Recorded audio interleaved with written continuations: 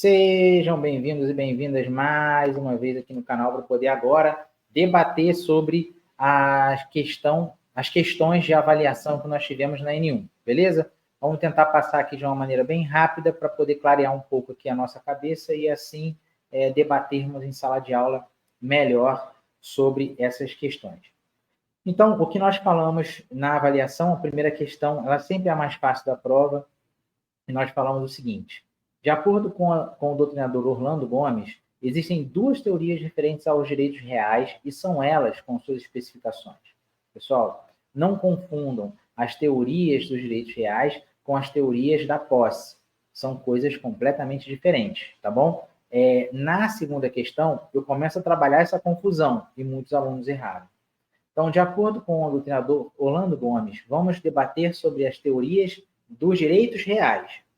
A teoria negativista ainda é aplicada no direito brasileiro? Está errado. Isso aí é mentira. Essa teoria negativista ela não é mais usada no direito brasileiro. Letra B. A teoria negativista defende que há diferença entre direitos reais e pessoais? Não, mentira. A teoria negativista, ela nega, ela não fala de diferença. E ela também não é usada. Letra C. A teoria personalista defende que somente pode existir relações entre pessoas, entre sujeitos de direito, e não há vínculo pessoal entre proprietário do bem e sujeito passivo? Não, está errado.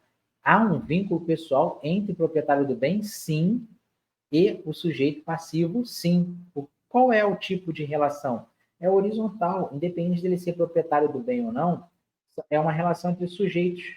É o sujeito, que é o proprietário do bem, mas o sujeito universal. São todas aquelas pessoas que estão fora daquela relação, porém, após o efeito erga omnes, eles são atingidos caso eles queiram saber quem é o proprietário daquele bem. Então, há uma relação horizontal. Essa é a opção C, está errada. Letra D, a teoria personalista defende que somente pode existir relação entre pessoas, sujeitos de direito, há vínculo entre proprietário do bem e sujeito passivo universal, A. A teoria realista defende a relação de poder que o proprietário exerce sobre o bem e a relação jurídica dos direitos reais não se estabelecem de pessoas. Essa é a opção correta, porque nós já estudamos isso em sala de aula. A relação da teoria personalista é entre pessoas, a relação da teoria realista é entre sujeito e coisa. Então, a opção correta da número 1 é a letra D. Número 2 agora, sobre uma das teorias da posse, então, que é muito diferente de teoria de direitos reais. Assinale a opção correta. A teoria subjetivista é a junção do corpus e do ânimos, domínio, beleza? Pois o entendimento é de que a posse é um fato e um direito. Beleza, esse é o entendimento da teoria subjetivista, e a teoria subjetivista ela foi criada por Savigny. Então, ele entende que a posse é o corpus e o animus domini. É o entendimento da teoria subjetivista. Então, a opção está correta. Número 2, letra A.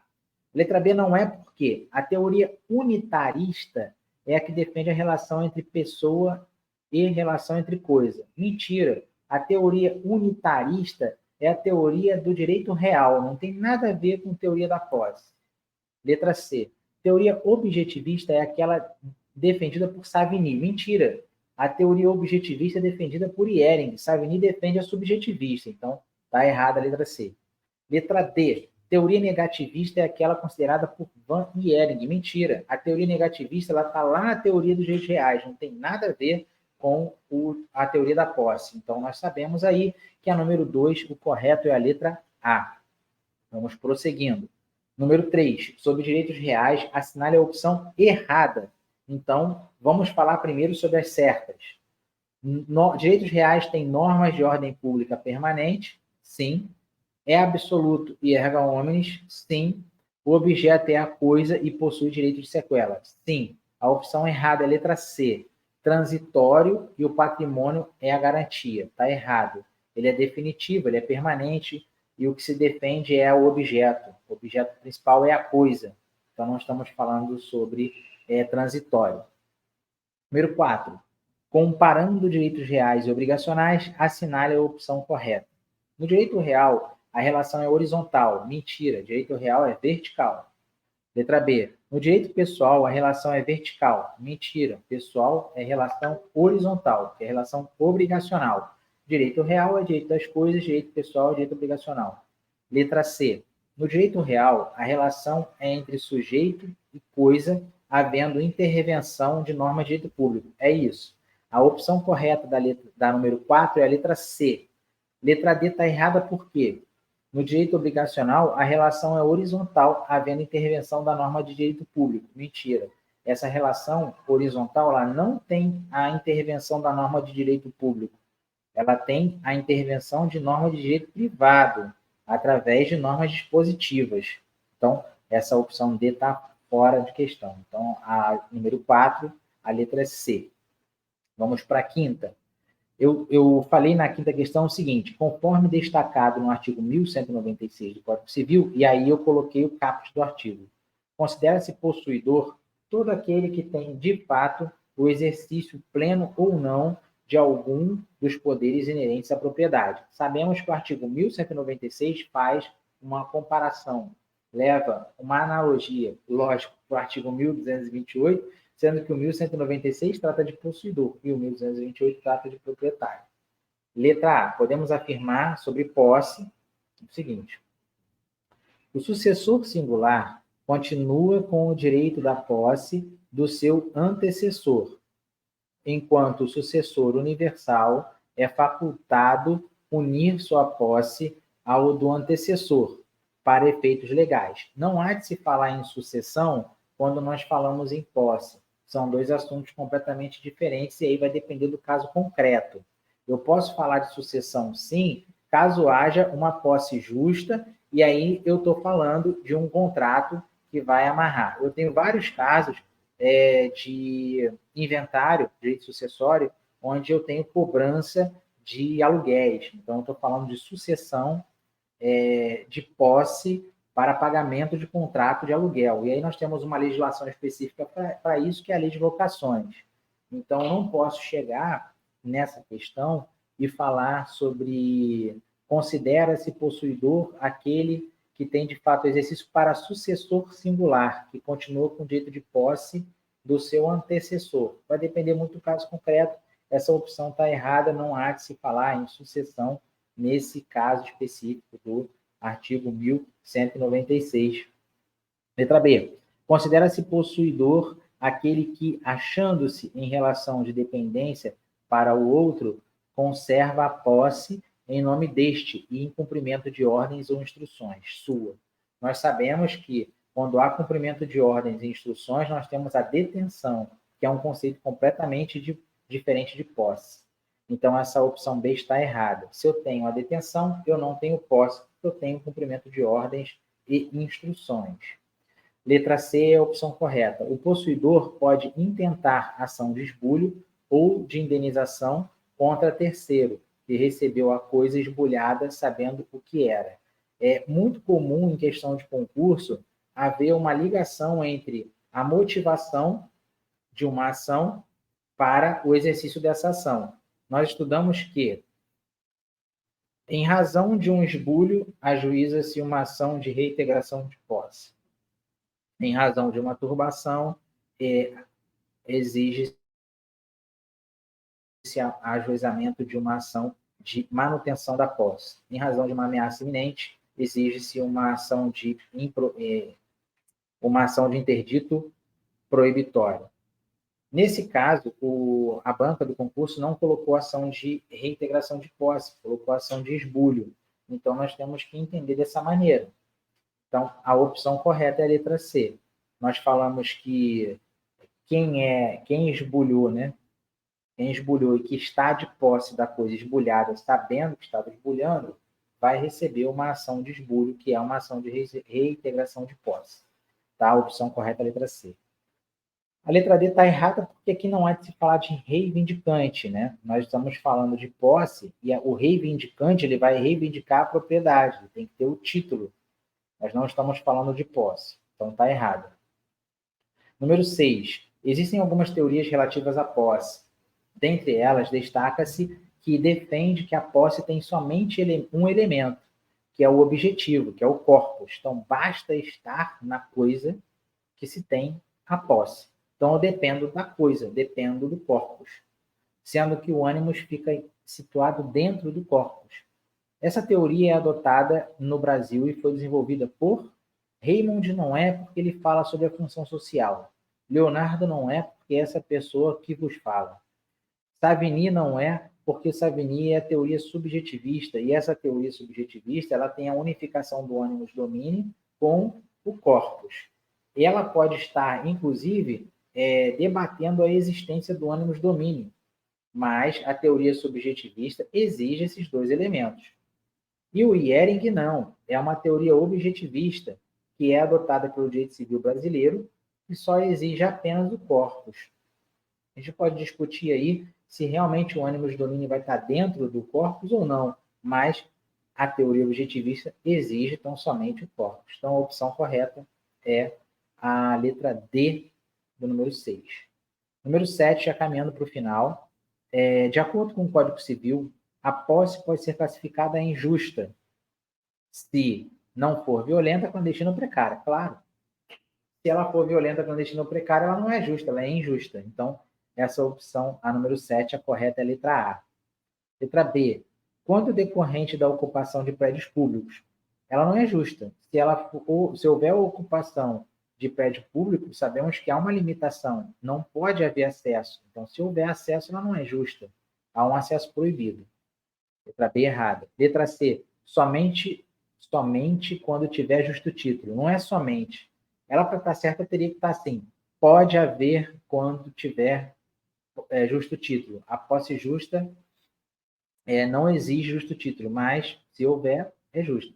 Então, o somente quebra essa letra C. Tá? Eu posso ter uma posse justa sem o justo título. Tá? Eu posso ter a posse justa com a permissão. E aí a gente começa a debater a questão 8. Letra D. O possuidor ignora vício ou obstáculo que impede a aquisição da coisa. Se ele ignorar o vício ou o obstáculo e ainda que impede a aquisição da coisa e ainda prossegue e detém da posse, aí ele está violando o obstáculo, então ele não é justo, não tem a posse justa. Então, a opção correta, número 7, letra A. Número 8, que é a nossa questão polêmica. Quanto à classificação da posse, é correto afirmar que a posse pode ser direta, sendo exemplificada pelo locador. Mentira, ela é direta, sendo exemplificada pelo locatário. O locador tem a posse indireta. Então, essa opção está errada.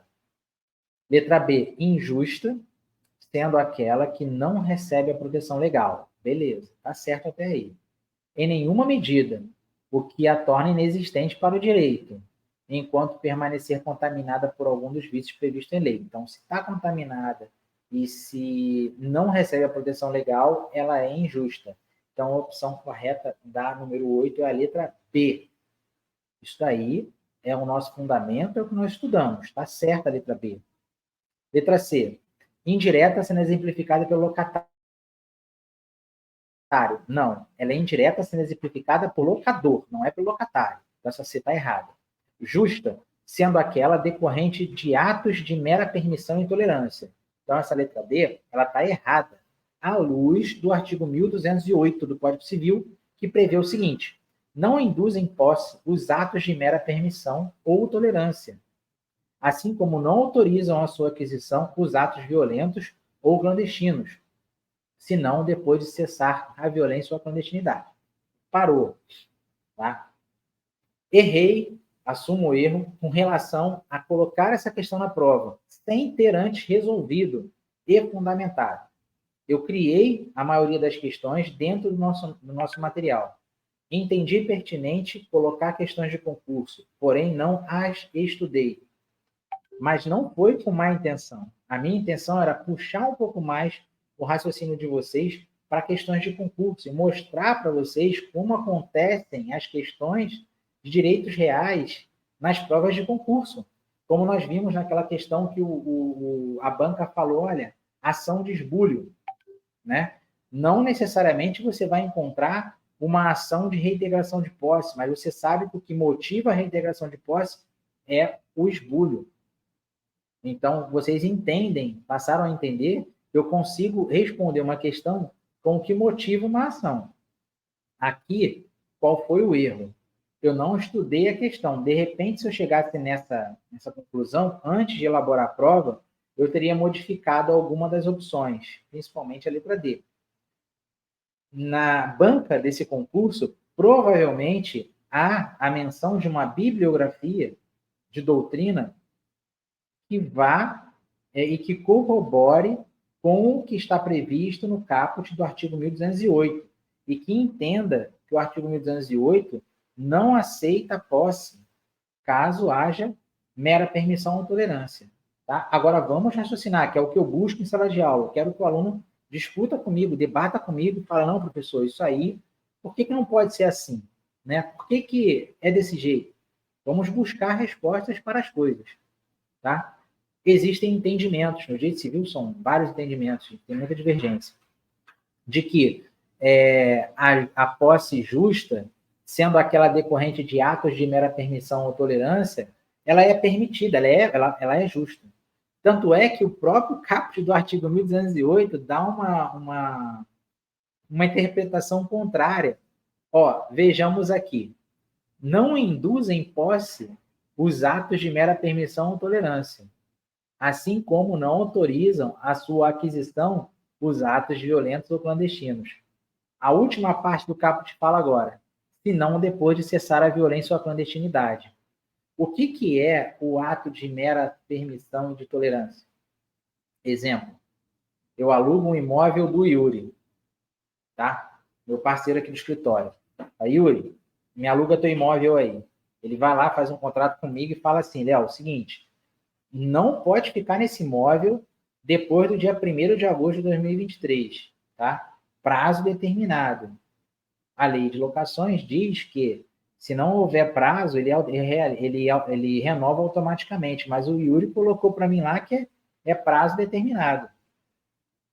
Mas todo dia ele passa na porta lá de casa, que eu aluguei, ele vê que eu cuido bem, eu estou varrendo a calçada, pinto a fachada, troco a lâmpada da fachada, eu deixo um lugar bem arrumadinho, então eu cuido bem das instalações do imóvel dele. Então ele não se preocupa. Mas o contrato acabou dia 1º de agosto. Estamos em outubro. Eu tenho agosto, setembro e iniciei outubro morando lá, mesmo vencido o contrato. Eu estou com uma posse justa? Não. Eu estou com uma posse precária, porque o prazo venceu e eu não entreguei o imóvel. Eu estou na ilegalidade. Tá? Eu estou na ilegalidade, eu estou com uma posse precária. Eu estou errado. Então, assim, se for na interpretação do caput do artigo 1208, eu tenho ilegalidade. Mas após cessar a ilegalidade, após cessar a violência ou a clandestinidade, eu posso ter a posse. Então, como ele sabe que eu cuido bem da propriedade dele, ele fala assim, pô, o Léo é tranquilo, deixa ele residir ali que está tudo bem, ele vai cuidar do imóvel mesmo, depois eu vou ali, negocio com ele, ajusto aí o prosseguimento do contrato, mas aí verbal mesmo, eu permito. Então, essa mera permissão, essa mera tolerância, já qualifica a minha posse justa. Eu posso ter a posse. Então, são interpretações que a gente tem sobre esse caso que faz com que a letra D não esteja errada. Ela vai estar errada, sim, na banca, porque ela deve estar seguindo uma doutrina, uma bibliografia. Mas, para efeitos de graduação, seria injusto da minha parte obrigar vocês a seguir o gabarito amarrado numa doutrina que eu sei lá qual é, porque eu não li o edital, entende? Então, o que nós podemos fazer? Na minha visão, não acho legal anular a questão. O que eu acho pertinente seria fazer um trabalho de dissertação em cima dessa questão, para vocês conseguirem um ponto extra, e aí vamos decidir isso em sala de aula. Pelo menos eu sei que vocês entenderam o fundamento da mera tolerância e da mera permissão da tolerância, tá bom? Então, a resposta correta da número 8 é a letra B, sem sombra de dúvidas, na forma do gabarito do concurso, porque se busca uma doutrina, uma bibliografia para isso, mas é possível que haja uma posse justa, sim, decorrente de ato de mera permissão e tolerância, pelos fundamentos que eu acabei de falar, e assim a gente vai debater mais profundamente em sala de aula. Belezinha? Número 9, para finalizar. Conceitue posse, explicando com suas palavras posse direta e indireta, dando exemplo para posse direta e outro para posse direta. Simples, sem rodeio, o que é posse? Você pode seguir a teoria subjetivista falando que posse é o corpus mais o animus domini, a junção dos dois, que era de fato e de direito, beleza, discorre sobre isso aí, fala que a posse direta é de quem está na coisa e a indireta é de quem não está, mas tem a propriedade. Exemplo da direta, um contrato de locação, o locatário vai usufruir do bem de outra pessoa, vai estar dentro da coisa. Posse indireta, eu posso dar o exemplo também do contrato de locação, porém, no lado do proprietário, que é o locador, que não está na posse direta, porém está na posse indireta. Eu posso trazer a posse como um fato, não como um direito, fundamentar na teoria objetivista e explicar tudo isso com suas palavras. Beleza, essa é a pontuação. Número 10. Diferencie direitos reais e obrigacionais com suas palavras e cite um exemplo de direito real e outro direito obrigacional. Fácil. Falamos várias vezes sobre isso em sala de aula. Direito real é a relação entre sujeito e coisa, é uma relação de poder, é uma relação que tem a intervenção do direito público, do poder público, é uma relação onde o objeto é a coisa, ela é permanente, ela tem efeito erga omnes, ela gera uma obrigação próprio terreno. Explicaria qualquer uma dessas situações e poderia dar o exemplo de um registro de imóvel através de uma escritura pública que gera efeito erga omnes, oponível a todos. E, no caso do direito obrigacional, nós podemos falar que é uma relação horizontal entre sujeitos de direito, que não há intervenção de norma de direito público, somente norma de direito privado, que as cláusulas contratuais são colocadas no contrato porque é a manifestação de vontade das partes, é imediata, é temporária, porque após a quitação do contrato, o contrato se extingue, o objeto principal é a prestação. O exemplo que eu posso dar é qualquer tipo de contrato obrigacional ou contrato de compra e venda. Ponto final. Essa é a análise da nossa avaliação. Agradeço a todos vocês a atenção. Agradeço imensamente de coração o comportamento de vocês em prova, comportamento em sala de aula, a evolução, o objetivo. Fiquei muito satisfeito com as respostas das provas. Vocês conseguiram atingir o objetivo e me deixa muito feliz trabalhar com vocês em Direito Civil 4, Direito das Coisas. Tá? Então, agradeço a todos vocês. Vamos continuar nessa pegada e até melhorar, se possível. Estaremos juntos sempre. Valeu e até a próxima. Muito obrigado de coração.